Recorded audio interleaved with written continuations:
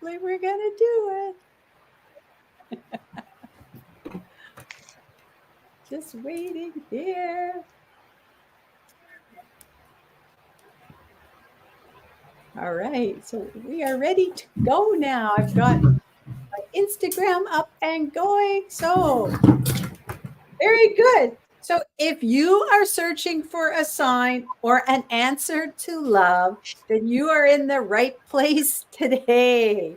All right. We are going to talk about how to get you to a level 3 relationship. But before that, OMG, what is a level 3 relationship? So we've been talking about self love, and self love, you need to give love to yourself first before you give to someone else. And so today we are going to talk about how we can use that love in an intimate relationship. Ooh, and we are on the Your Daily Energy Bite right now, the Deb Show, live at 2 p.m. Eastern Standard Time every day. And hey, Kathy, how are you doing?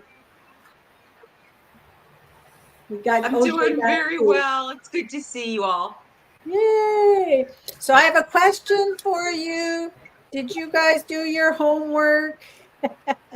So I was thinking about Yes. my hero list. Like, what do I do that so? And it was kind of simple. The answer: What's the answer? I'm a good listener. Yay! Good job. All right. I like that. I like calling it a hero list. That's a great way to put it. Yeah. So your list of awesomeness, the list of why you are a hero. And so today you'll do another one, right? Mm-hmm. OJ, how about you? Did you get that done? You said yeah. Yes, I did. So I kind of thought about my characters, and I noticed that I'm a very caring person. I care a lot about people. So Yeah. I would say yes, that was one of my awesomeness. Nice. I love that. So Thank good to you. hear. And yeah, Yeah. it's being a loving person and a caring person is a good thing for sure. We need more of that in the world, right? That's right. All right. Yeah. So this is how we're going to build our abundance of love is by continually showering ourselves with love, because that's how you get to level 3. All right. So let's do a bit of a review first. So we started by talking about the fact that we have no right to expect anything from anybody else. And that means that love is unconditional. And as soon as we put conditions on it, we're expecting somebody to give us love in return. We can't expect that because that's not how the game works. So we also looked at our love-o-meter out of a scale of 1 to 10, where you are, and you want to ideally be at a 10 out of 10 so that you have an abundance of love that you can use to give love to other people without expecting something in return. So that's the conditional love. We also talked about conditional love and where it comes from. And who knew that before we even remember, we were already set in the conditional love as I guess, as a toddler in around 18 months or 2 years old. We start having two-way communication with our parents, and we learn the word no, and we interpret that and perceive that to be taking away love if we do something that we get scolded for or that's a no. And so we perceive this as conditional love, even though our parents love us unconditionally. We still perceive it as being conditional love.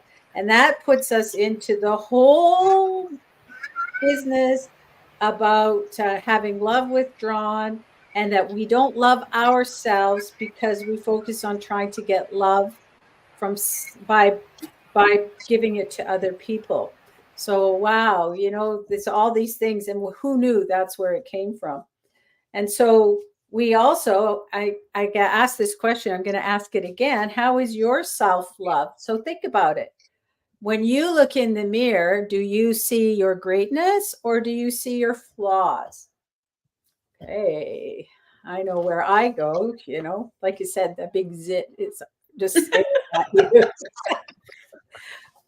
But now I want you to kind of, maybe you could close your eyes. I don't know if you want to close your eyes and imagine that there is a garden and you are actually a flower in this garden. Okay. You're a flower now.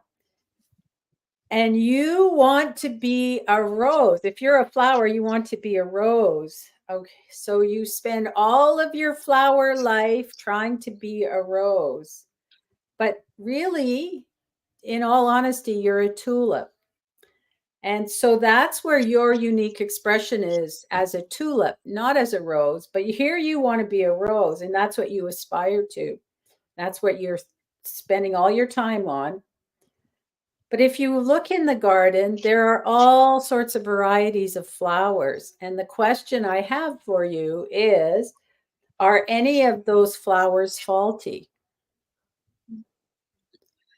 The answer is no, the flowers aren't faulty. There's no flowers that are faulty in the garden. And it's every flower is is an expression of their own greatness and their own uniqueness. A rose is a rose, and a tulip is a tulip, and a daffodil is a daffodil.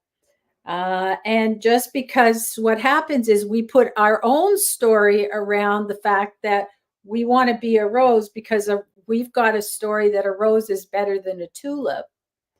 And then you end up living this life of having an inferiority complex, never celebrating your own greatness as a tulip that is unique to you. And so we really need to celebrate our own greatness and not think about what other people are perceiving or putting the story in our head about why we aren't so great and we're not living up to some expectation that really we shouldn't be living up to. And that comes from media and all sorts of places that comes from. And so that's kind of, as just show up with the gifts that you have, and whoever shows up and enjoys your scent as the flower that you have, you can share with them. And that's a strategy for unconditional love, and loving yourself as well. So then we've talked a lot about loving ourselves. So then how does that tie to intimate relationships? And I'm going to say one more thing, and that because it's so important, and maybe you're getting sick of me saying it, but the truth is that you cannot have a fulfilling intimate relationship if you don't love yourself first. And that's kind of the non-negotiable there. And that's why it's important to work on your self-love. So intimate relationships and self-love definitely go together. So do you mind if I tell you a little story about my intimate relationships and how Tell good us. they are Tell or us. not good they are? So I am a people pleaser. So in my relationships that I've had, and I have to say it's not that I've had a ton of them, but they all kind of end the same way because I'm a people pleaser. And so I've been giving love away, hoping to get love by being a people pleaser. And so part of that comes with having a low self esteem and having low self love, looking for love in all the wrong places. And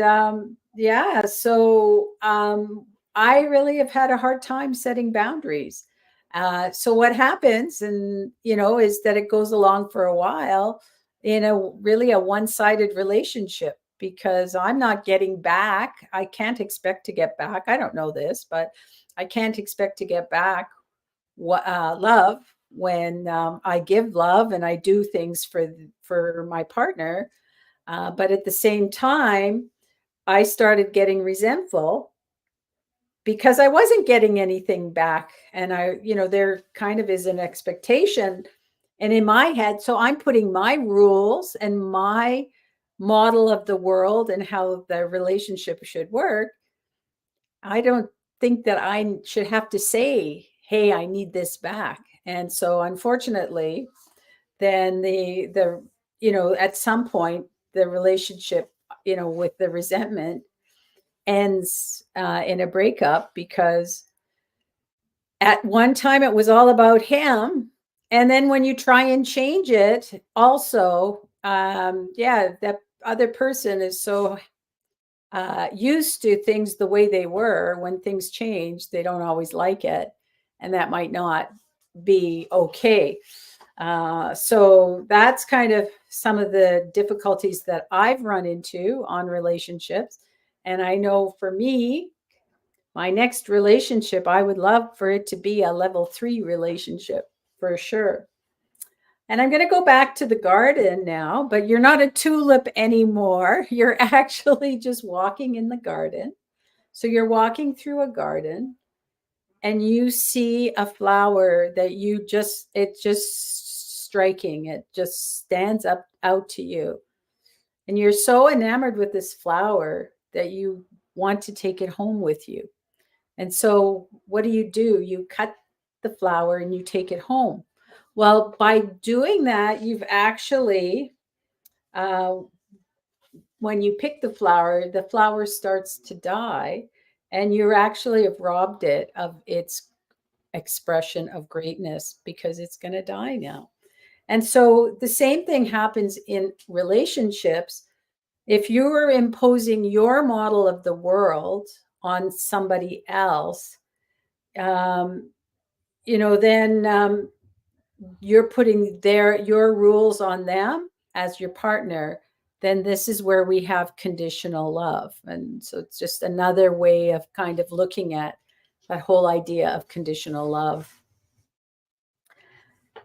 And so when we look at kind of where things are, like in today's world, there's a lot of merit teaching on relationships and stuff. And a lot of times what they're doing is they're teaching about managing communications so that you can avoid breakdowns.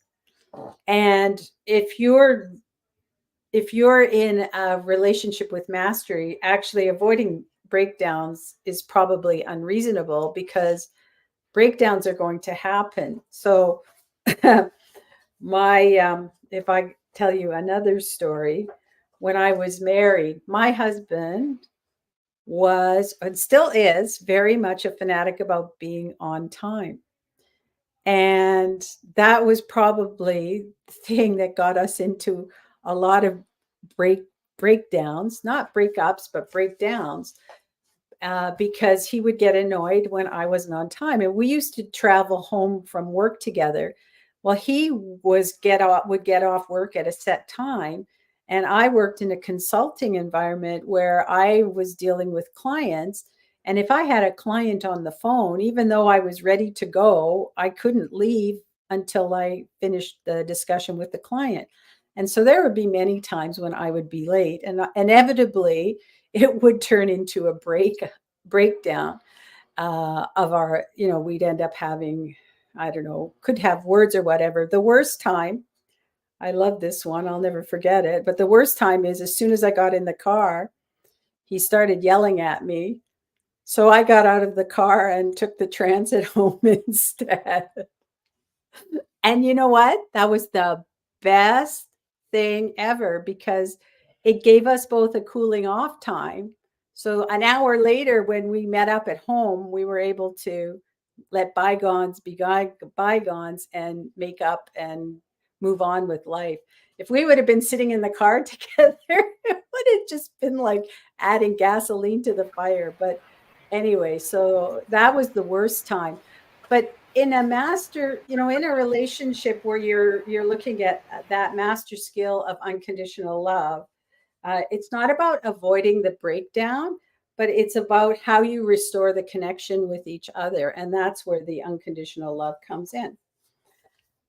And now I'm going to talk about the 3 levels of relationship. And so level 1 is actually something that probably was kind of historical in relationships. It's where your needs are being met. And so that might be, financially being met. You have a roof over your head. You have certainty about things and what's happening. So your needs are being met. And that's all you care about, is your needs being met. And so this becomes a chat. So this is egotistical and it's all about me. But there are 2 people in the relationship, so that could cause a problem because maybe the other person's needs aren't being met. And I think, if you go back to the 50s and think about the way that kind of the traditional home was, family was in the 50s, at least in North America, in Canada and the US, there were probably a lot of relationships where that's the way it was. But people also stayed together because of the sanctity of marriage. So, but you can definitely have breakdowns. And level 2, you're starting to get to the point where you're meeting the other person's needs in order to have your needs met. So this is kind of what we see a lot of today. And that's kind of where a lot of relationships are. But the challenge is that what happens if your needs aren't being met? And we already have talked about this. This is where you're getting that conditional love. You're expecting something in return. And I know, like in my relationship when I was married, we had also, things can change, because when we had kids, our needs changed quite a bit. And some of the needs that we were able to meet for each other when we were just the 2 of us, once we had kids, some of those needs were kind of fell to the back of the bus. And so for my husband, some of them were higher needs, and for me, they were lower needs than the kids. And so we ended up having a mismatch of our needs. And so that kind of was the start, probably, of unraveling of the relationship, because the needs had changed dramatically. And it happened over time. It wasn't all right away. But then you get to level 3, and that's the level where, instead of trying to meet the other person's needs to get something back, let me add OJ back in. Your partner's needs actually become your needs. So you're really embracing their needs, and they become part of your life, instead of a conditional love. It becomes where we get to this unconditional love. And so how do you make your partner, so the question just becomes, how do you make your partner the most important thing in your life? And you want to do that by honoring them and not having judgment on them. And I have a little example. I'm sure there's other examples, but something as simple as, maybe after dinner, you'll whoever's finished first or whatever will clear the table, and not expect anything in return, and not have any judgment about whether their partner is going to do that, and just meet the needs without even having any expectations. So that's where you get to that point of conditional love. And getting there is, a master skill. So we have these 3 levels. And the other thing that's important is that you cannot skip levels. So if you're at a level 1 in your relationship, you're not going to attract somebody who's in a level 3. So you can never attract somebody who's at a higher level for you. So if you want to be in a level 3 relationship, It's not about finding somebody who's at a level 3. You need to become that person, and then you will attract somebody else who's at a level 3. So you have to do the work. You can't skip out on the work. You have to do the work. And so that there's a lot there. I think with unconditional love is it's a master skill, and it's about raising your consciousness, and it's not something that happens right away. It's something that happens over time. I've been working on it pretty rigorously for the last year or so, and I have to say it's been a really great journey. But it's also not something that I'm doing alone. I'm doing it as part of a program. But it's it's somewhere that's really need to strive for sure. And it's not, like I said, it's not something you get to overnight. It is a journey, and it's something you have to work at if you want to strive for something better. So one of the things that you can do, and this will be kind of your homework, is to do something like to smile at somebody that somebody that you don't know, a stranger on the street. Just smile at them for no reason at all, and don't expect anything back. If they don't smile back, don't judge them. You don't know what's going through their head. It may be they had a really bad day. Maybe they are walking with their earbuds on and they're not paying attention. They're listening to their music and they didn't really see you. You're there, but they didn't really pay attention to you.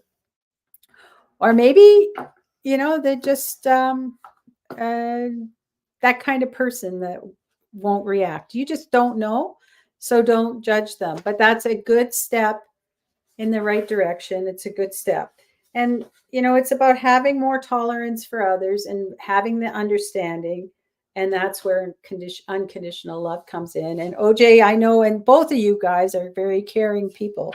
So I know that you have love to give to other people. And that's it. I don't know if you have any questions.